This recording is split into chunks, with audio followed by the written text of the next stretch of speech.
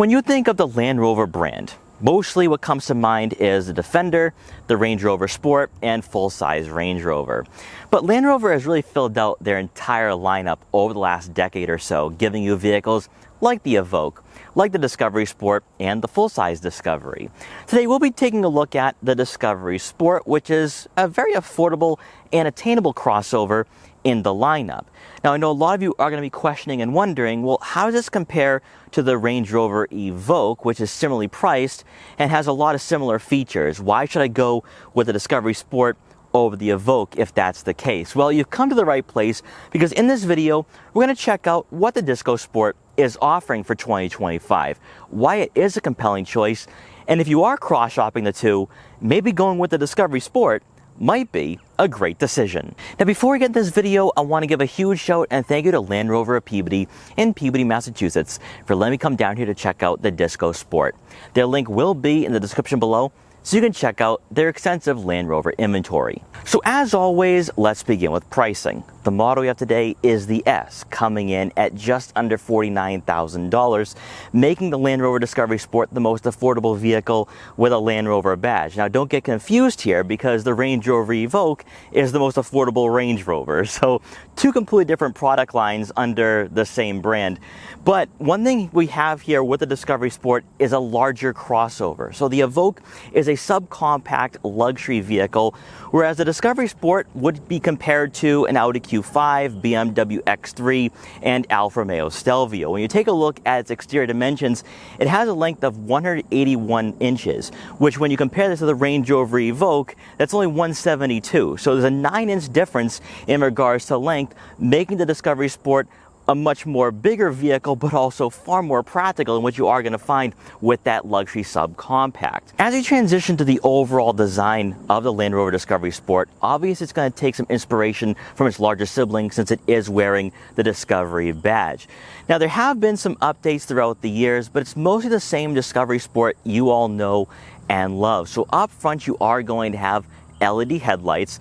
But one thing I have learned to love about Land Rover in general is that they know how to use gloss black accents and also style their vehicles where they do look upscale and a bit more unique than other crossovers in this market. So you're going to notice the gloss black front grille and lower grille, but better yet, gloss black accent on the lower portion of the front bumper with active side air curtains. That is so rare in this market, to see a brand actually give you some aerodynamic qualities that isn't just there for decoration. I love to see that, and also that will add on to the aerodynamics of this vehicle and help out with the airflow. What I also love too about the Discovery Sport is that you do have a full paint finish. While Land Rover is notoriously known to being off-road and being rugged, having the full paint finish is rather classy and does fall in line with other vehicles in this market. And I would say, even though the Discovery Sport does have 8.3 inches of ground clearance, most likely you're not going to be taking this SUV off-road. It's going to be a daily driver and family hauler. One last thing up front that I want to point out here is that you will have some gloss black accents on the hood, giving you a nice color contrast with the Fuji white paint color that we have on our model today. Then as you take a look at the side profile, let's first start off with the side mirror caps. They are power folding and they're in gloss black, and better yet, you will have blind spot detection for added convenience. That will match the gloss black accents that outline the windows. So nice lower profile look here, but very sleek and classy to say the least. When it comes to your tires though, we have the optional 20-inch wheels. 18s do come standard, and as I talked about earlier on with the Range Rover Evoque a couple weeks ago, I felt that if you want the optimal amount of comfort, you go with the 18s or 19s. But these 20s that are wrapped in Pirellis are actually rather comfortable. So far throughout my time with the Discovery Sport, I'm not complaining, nor am I noticing a lot of road noise. So Land Rover has definitely given you a vehicle that has the quality and upscale persona, while also focusing primarily on the sound deadening. So even though you do have the larger tires, which I do think gives this vehicle more substantial road presence when you take a look at it from the outside, it's not going to create too much of a negative experience when you are on the roads, especially up here in New England. Then as you make your way around to the back, you are going to have LED taillights, and just like up front, contrasting gloss black accents. One thing I do want to point out here though with the Discovery Sport is that you do have a traditional SUV roofline that will have a profound effect on interior space and overall practicality. And also it gives you that rugged look that you are looking for in this price range. Now also for the lower portion of the rear bumper, you will notice gloss black accents again, making it appear as though that your exhaust outlets are in gloss black, when in actuality, they're tucked beneath the bumper for a cleaner appearance. And since we are taking a look at the rear fascia for the Land Rover Discovery Sport, might as well check out the cargo area that we have here for this crossover. So you are going to have a power liftgate, and inside behind the second row seats, you're looking at right around 32.2 cubic feet of room, which is beyond respectable in this market. In fact, that's better than the Alfa Romeo Stelvio, Mercedes-Benz GLC, and Audi Q5, and would be on par with the BMW X3. So if practicality is what you're looking for, the Discovery Sport is most certainly going to offer that. I was able to fit all my camera gear today, no problem. So that's 3 bags of camera gear, a gimbal box, and a tripod, and I had plenty more room to store other items as well. So if you are going on a road trip with the family, you could easily store 8, 9, 10 bags of luggage back here with no issues. You're also going to find a rear cargo cover, so if you leave your vehicle unattended for a while, you can leave all your items back here and no one will be able to peek in and steal what you have. Then with the second row seats folded, you're looking at right around 60 cubic feet of room, so once again falls in line with all of its closest rivals in this market and price range.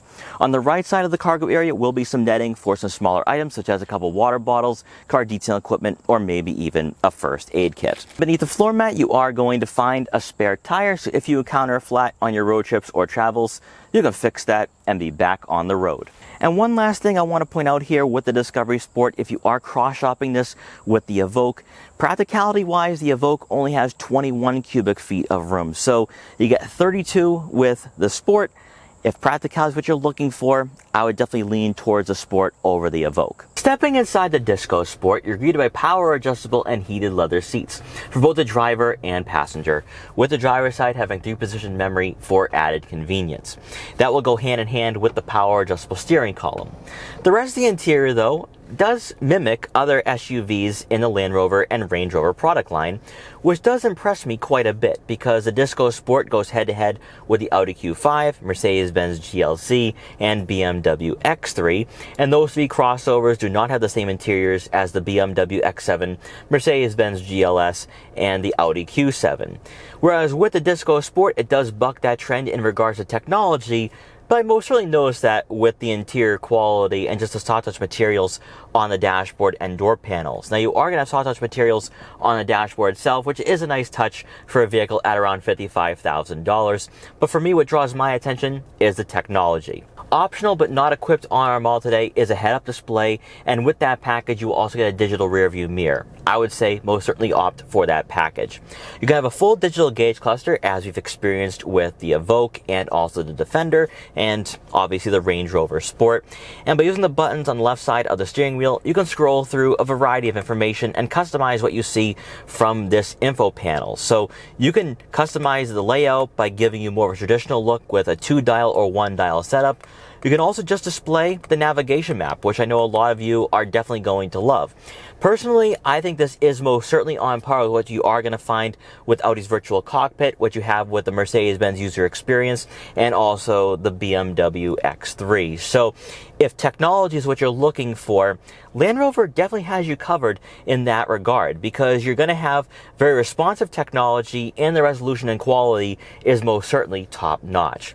Also on the steering wheel, and this has definitely raised my eyebrows for sure, you are going to have paddle shifters. Now, most likely with this vehicle, you're not going to be using them with the 9-speed automatic transmission. Let's just be honest here. The Disco Sport is a luxury crossover, not a sports vehicle. So I would say most likely you're not going to be using them. However, they're aluminum, which feels very nice in the hands and definitely inspires some confidence when you do want to roll through the gears if you are somebody who is a bit of an enthusiast.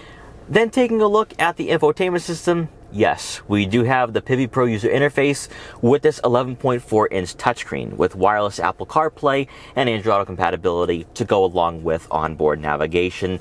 But the real talking point here is that there's no physical buttons or dials for the climate control settings, your drive mode selector, or the volume and tuning. This is all going to be centered around your head unit. So as we talked about with the Range Rover Evoque, there will be quick access buttons on both sides of this screen to help you customize your climate control settings, your front and rear defrosters, your drive mode selector, navigation, radio, and then of course your camera systems. And with that, a 360-degree view of your vehicle, which isn't typically found as standard equipment in this market. So you might find that in some rivals, but you'll be paying a little extra for those creature comforts and technology. You're also going to have an off-road mode, giving you a front camera directly in front of you.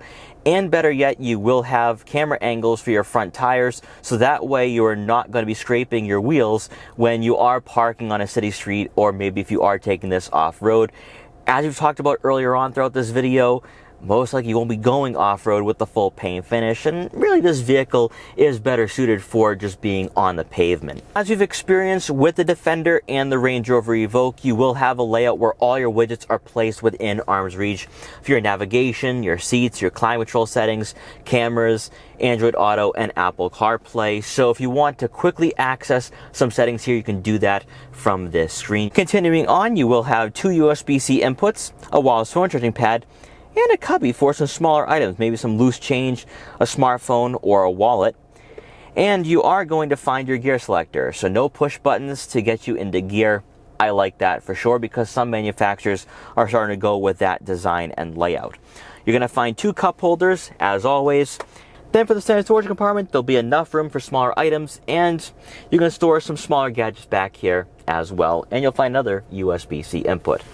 Then to round out the front seating area, above will be a panoramic sunroof, which brings in a lot of natural light to the interior. Moving on to the second row, this right here reiterates what I had to say about the Range Rover Evoque a few weeks ago. I have to say, this is where I think the Evoque is aimed towards a more mature audience and buyer, someone who doesn't have a family, someone who is not prioritizing interior space, because legroom actually falls short of its closest rivals with only 35 inches of legroom.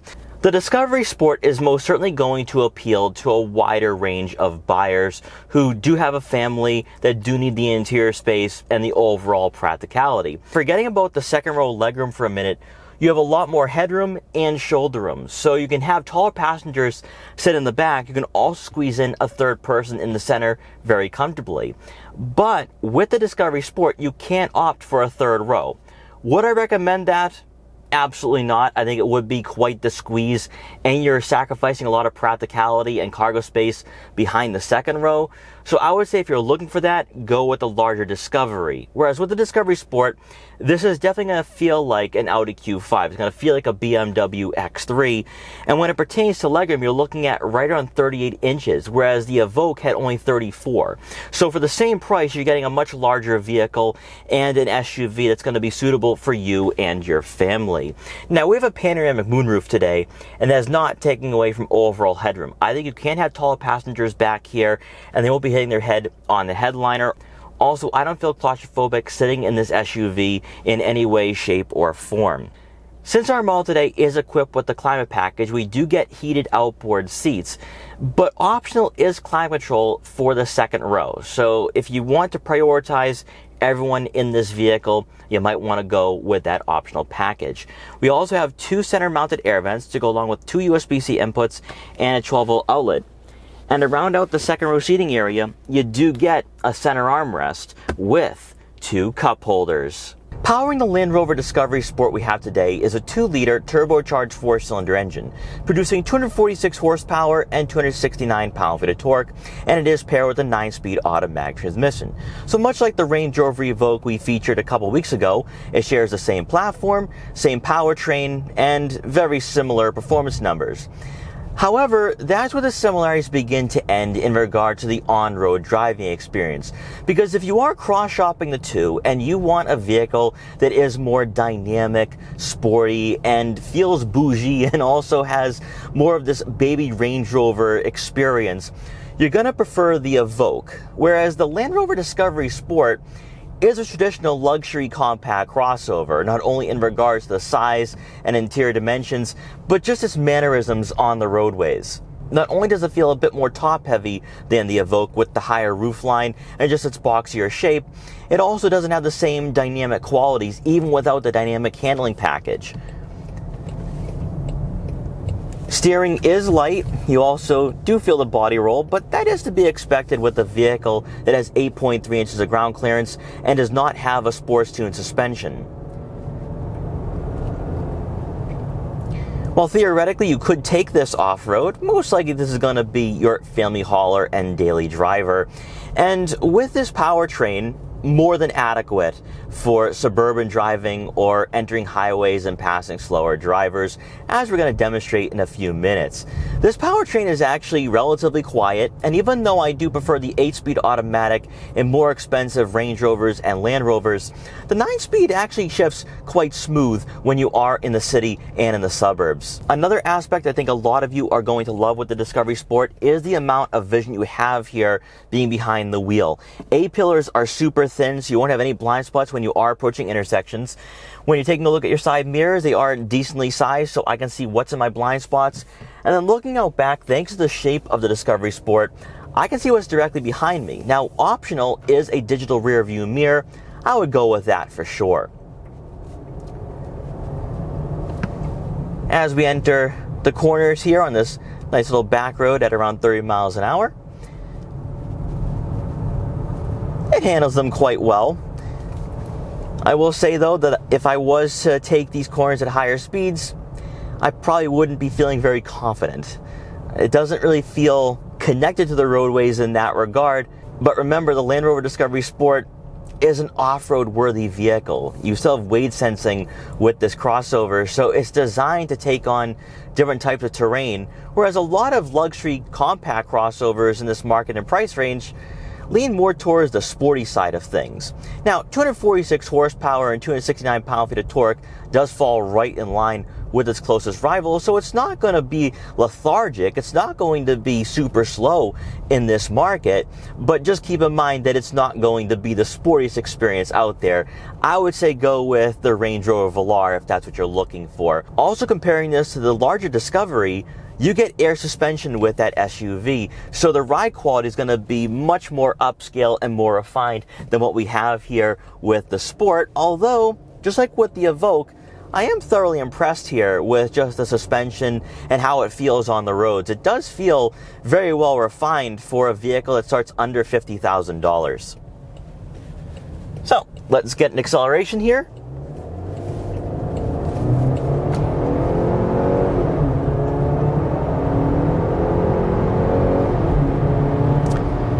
And just like I felt with the Evoque, a good amount of low-end torque. Again, I'm not saying this is a barnstormer in any way. It's not going to give you the thrills and excitement that you're going to find with some sportier crossovers out there, or even a Land Rover Defender or Range Rover Sport. But as a daily driver, this is going to give you the responsiveness that you're looking for in this segment. Better yet, the 4-cylinder does not drone at all, so it's going to be a quiet experience when you are tooling around town or commuting to work. But to answer the question of whether you should go with the Discovery Sport or the Evoque, if you're somebody who wants practicality, interior space, a good amount of technology, and also decent performance, you have that with the Discovery Sport. If you're somebody who wants luxury, you want a striking road presence, you also want a vehicle that does feel somewhat sporty and it comes across in its design, I would say then go with the Range Rover Evoque. But the Discovery Sport has the attributes, qualities, and intangibles that the Evoque doesn't have. So it will require some time to look at what you're getting here with both vehicles. Also, if you're somebody who loves what the Discovery's offering, but you can't max out your budget over $60,000 or $70,000, this is a worthy alternative, and more importantly, an affordable alternative. So I like what the Discovery Sport is offering here. It still has the refinement and quality that I've found in the Evoque and other vehicles in this segment. So if you are in the market for an SUV at around $50,000, $55,000, definitely take a look at the Discovery Sport. So guys, I hope you enjoyed this review of the Land Rover Discovery Sport. If you did, please like, comment, share, and subscribe for more, and I will see you guys next time.